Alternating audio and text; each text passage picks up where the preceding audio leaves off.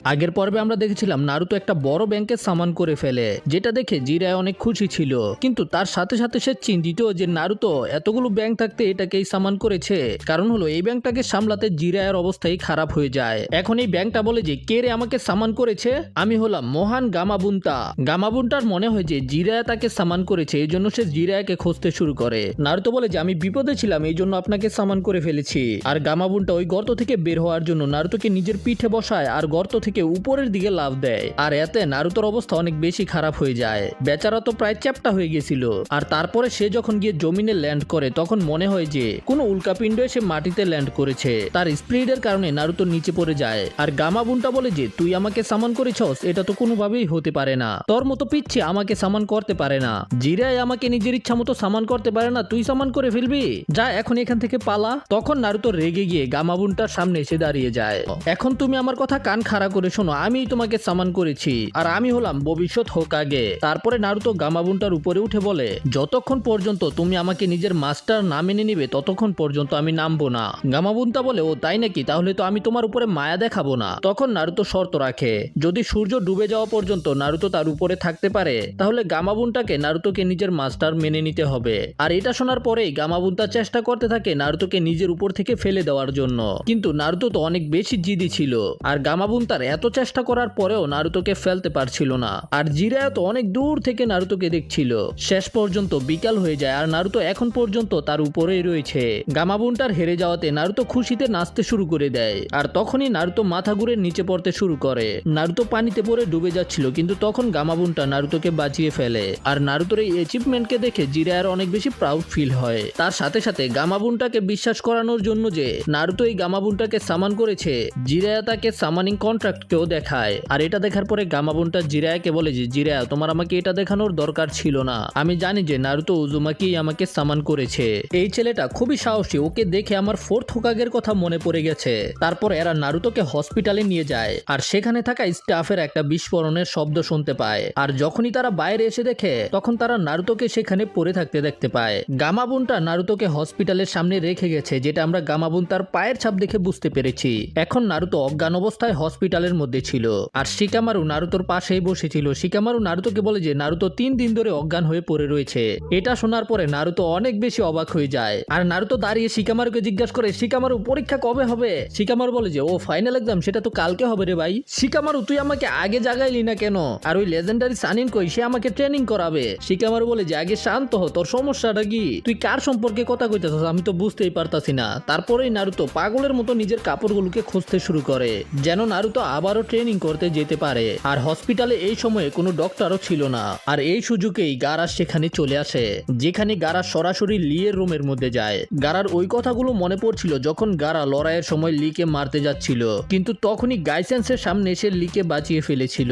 গারা নিজের ওই সময়ের অপূর্ণ কাজকে পূর্ণ করতে এখানে এসেছে, মানে লিকে মেরে ফেলার জন্য এসেছে আর কি। সে প্রথমে নিজের স্যান্ডকে লিয়ের বডি এবং গলার কাছে নিয়ে যায়। আর যখন লিকে মেরেই ফেলবে তখনই নারুতো এবং শিকামারু সেখানে চলে আসে। শিকামারু নিজের শ্যাডো পজিশনিং জুৎসুর মাধ্যমে গারাকে থামিয়ে দেয়। আর নারুতো গারাকে জিজ্ঞাসা করে গারা তুই কি করতাছস, আর তুই লিয়ের সাথে কি করার চেষ্টা করছিলি? তখন গারা বলে যে আমি ওকে মেরে ফেলতে চাই। কিন্তু তুমি তাকে মেরে ফেলতে কেন চাও? তুমি তো কম্পিটিশনের মধ্যে তাকে প্রথমেই হারিয়ে দিয়েছো তাই না? তো তোমার এখন আর লিয়ের সাথে কি শত্রুতা? তোমার কারণে লি এখন আহত হয়ে বিছানায় পড়ে রয়েছে। কিন্তু গারা বলে এতে আমার কোনো সমস্যা নেই, আমি শুধু এমনিতেই তাকে মারতে চাই কারণ আমার মন চেয়েছে।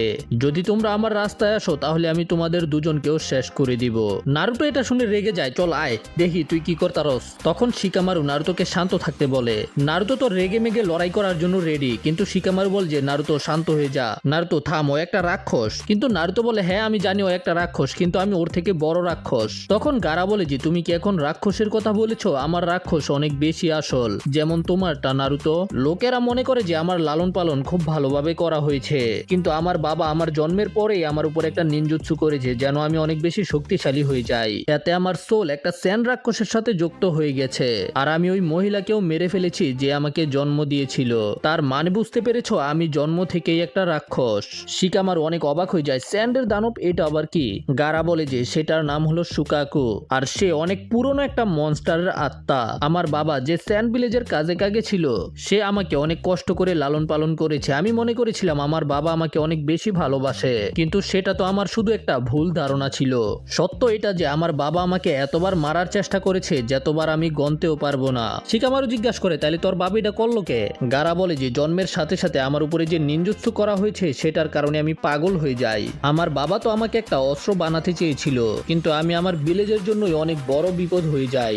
যে কারণে ওই নিনজুৎসুকে করা হয়েছিল সেটা একেবারে ফেল হয়ে যায়। এই জন্য এখন আমার বেঁচে থাকার কোনো মানে নেই। আমি কেন বেঁচে থাকবো? যখন আমি এই প্রশ্নের উত্তর বের করার চেষ্টা করি তখন আমি এটার কোনো সঠিক উত্তর পাই না। এই জন্য আমি নিজে থেকেই একটা উত্তর তৈরি করি। সেটা হলো আমার এই দুনিয়াতে বেঁচে থাকার শুধু একটাই লক্ষণ হলো যে লোকেদেরকে মেরে ফেলা। আর গারার কথা শুনে নারুতো অবাক হয়ে মনে মনে চিন্তা করে, সে তো একেবারে আমার মতো। আমিও একটা সময় একেবারেই একা ছিলাম। আমি নিজেও জানতাম না যে আমি কেন বেঁচে আছি। একদিন ইরুকা সেন্সে আমার কাছে এসে আমাকে বেঁচে থাকার লক্ষ্য দিয়েছে, কিন্তু তার কাছে ইরুকা সেন্সের মতো কেউ নেই, এই জন্য সে এমন হয়ে গেছে। এরপরে গারা ওদের দুজনকে মেরে ফেলার জন্য নিজের সেনকে ওদের দুজনের দিকে পাঠিয়ে দেয়। এতে ওরা দুজনে অনেক বেশি ভয় পেয়ে যায়। কিন্তু তখনই গাইসেন্সে সেখানে চলে আসে। গাইসেন্সে গারাকে বলে যে যদি তোমার ভিতরে এত শক্তি থাকে তাহলে তুমি এটাকে কালকের জন্য বাঁচিয়ে রাখো। এটা শুনে গারা সেখান থেকে যেতে শুরু করে, কিন্তু দরজার সামনে গিয়ে থেমে গিয়ে বলে যে কালকে আমি তোমাদের সবাইকে মেরে ফেলবো, এই জন্য শুধু কালকে পর্যন্ত অপেক্ষা করো। তারপরে গারা সেখান থেকে চলে যায়। আর বিকালেই নারুতো হসপিটাল থেকেও ডিসচার্জ হয়ে যায় আর সেখান থেকে সরাসরি রামেন শপে আসে রামেন খাওয়ার জন্য। যাই হোক, কালকের দিনটা নারুতোর জন্য অনেক বেশি ইম্পর্টেন্ট হবে, কারণ হলো কালকে চুনিন এক্সামের ফাইনাল টেস্ট হবে। নারুতো রামেন শপের মধ্যে বসেছিল, তখন সেখানকার মালিক নারুতোকে ফ্রিতেই রামেন খেতে দেয়। খাওয়া দাওয়া করে নারুতো নিজের বাড়িতে ফিরে আসে। আর রাতে নারুতো অনেক বেশি চেষ্টা করে ঘুমানোর জন্য, কিন্তু নারুতো কোনোভাবেই ঘুমাতে পারছিল না, কারণ নারুতোর কালকে লড়াই হবে ভিলেজের সবচেয়ে শক্তিশালী জ্ঞানীনের সাথে, মানে হলো নেজির সাথে। এখন ফাইনালি সকাল হয়ে যায় আর নারুতো রেডি হয়ে ব্যাটেল আরিনার দিকে যেতে শুরু করে। যে ব্যাটেল আরিনার মধ্যেই হবে চুনিন এক্সামের ফাইনাল টেস্ট। এই কারণে আজকের দিনটা ভিলেজারদের জন্য একটা ফেস্টিভ্যালের মতো ছিল। তখনই হঠাৎ করে নারুতো বাজির শব্দ শুনতে পায়। এতে নারুতো বুঝতে পেরে যায় যে ব্যাটেল আরিনার মধ্যে টুর্নামেন্ট শুরু হতে যাচ্ছে, কিন্তু নারুতো এখনো সেখানে পৌঁছাতে পারেনি। এই জন্য নারুতো দৌড়ে সেখানে যেতে শুরু করে, কিন্তু নারুতো এখনো ব্যাটেল আরিনা থেকে অনেক বেশি দূরে ছিল। তখন কোনোহামারু নারুতোকে একটা শর্টকাট দেখায়, যেটা নারুতোকে খুব তাড়াতাড়ি ব্যাটেল আরিনার মধ্যে পৌঁছে দিবে। কিন্তু এই শর্টকাটের চক্করে নারুতো আরো বেশি প্যাচের মধ্যে পড়ে যায়। এদিকে ব্যাটেল আরিনার মধ্যে সকল ক্যান্ডিডেটরা পৌঁছে গেছে। এদিকে নারুতো নিজের শ্যাডো ক্লোন জুৎসুর ব্যবহার করে অনেকগুলো সার থেকে পালানোর চেষ্টা করছিল। নারুতো এতগুলো শ্যাডো ক্লোন নিয়ে আরিনার গেট দিয়ে ঢোকার চেষ্টা করে, কিন্তু গেটের মধ্যেই আটকে যায়। তখন সারগুলো এসে নারুতোর পিঠের মধ্যে অনেক জোরে হামলা করে দেয়। এতে নারুতো উড়ে গিয়ে ব্যাটেল আরিনার ভিতরে পড়ে। নারুতোকে এই অবস্থায় দেখেও সবাই অনেক বেশি অবাক হয়ে যায়। তখন নারুতো দেখতে পায় যে ওদের লড়াইকে দেখানোর জন্য সেখানে অনেক লোকেরা জড়ো হয়েছে। যাই হোক, এরপরেই আমরা থার্ড হোকাগেকে দেখতে পাই, যে একটা নিনজাকে সাসকের সম্পর্কে জিজ্ঞাসা করছিল। এতে ওই নিনজা বলে যে আনবু ব্ল্যাক অপসের একটা টিম সাসকেকে খুঁজে বেড়াচ্ছে, কিন্তু এখন পর্যন্ত আমরা সাসকের কোনো খবর পাইনি। তারপরে ওই নিনজা হোকাগের কানে কানে বলে যে সাসকে হয়তো ওরুচিমারুর দখলে রয়েছে। হোকাগে বলে যদি এটা আসলেই হয়ে থাকে তাহলে তারা কখনোই সাসকেকে খুঁজে পাবে না। আর ঠিক তখনই সেখানে ফাইনাল এক্সামকে দেখার জন্য স্যান্ড ভিলেজের কাজে কাগে চলে আসে। এই লোকটা হলো গারার বাবা।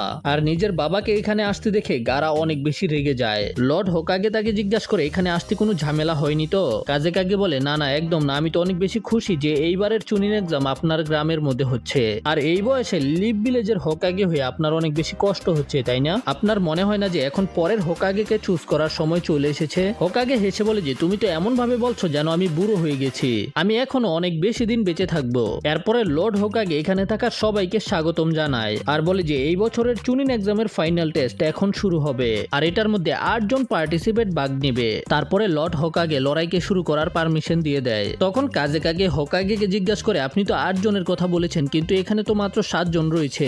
যাই হোক, এরপর একটা নিনজা ওদেরকে একটা কাগজ দেখায় যেটার মধ্যে লেখা ছিল কে কার সাথে লড়াই করবে। সে বলে যে এখন কিছু চেঞ্জেস করা হয়েছে, যেটা দেখে শিকামারু অনেক বেশি অবাক হয়ে যায়, কারণ সেটার মধ্যে ডোসোর নাম ছিল না। আসলে ডোসোকে তো গারাই মেরে ফেলেছে, এই কারণে শিকামারুকে এখন তামারির সাথে লড়াই করতে হবে। এদিকে গারা ওই রাতকেই মনে করছিল যখন গারা ডোসোকে মেরে ফেলেছে। নারুতো তখন গ্যানমাকে সাসকের সম্পর্কে জিজ্ঞাসা করে, মানে এই ইনস্ট্রাক্টরটার নাম হলো গ্যানমার কে? গ্যানমা বলে যদি সাসকের লড়াই শুরু হওয়ার আগে সাসকে এখানে না আসে তাহলে সাসকেকে ডিসকোয়ালিফাই করে দেওয়া হবে। এটা শুনে নারুতো অনেক বেশি চিন্তিত হয়ে পড়ে, আরে ভাই সাসকে তুই কই গেলি? আর নারুতো চিন্তা করে আমি জানি সাসকে ভয় পায়, কিন্তু এত বেশিও ভয় পায় না যে লড়াই করতে আসবে না। আর আমরা দেখতে পাই যে গারাও কিছু মনে করছিল। আমরা জানতে পারি যে গারা তো আসলে সাসকের উপরে নজর রাখছিল।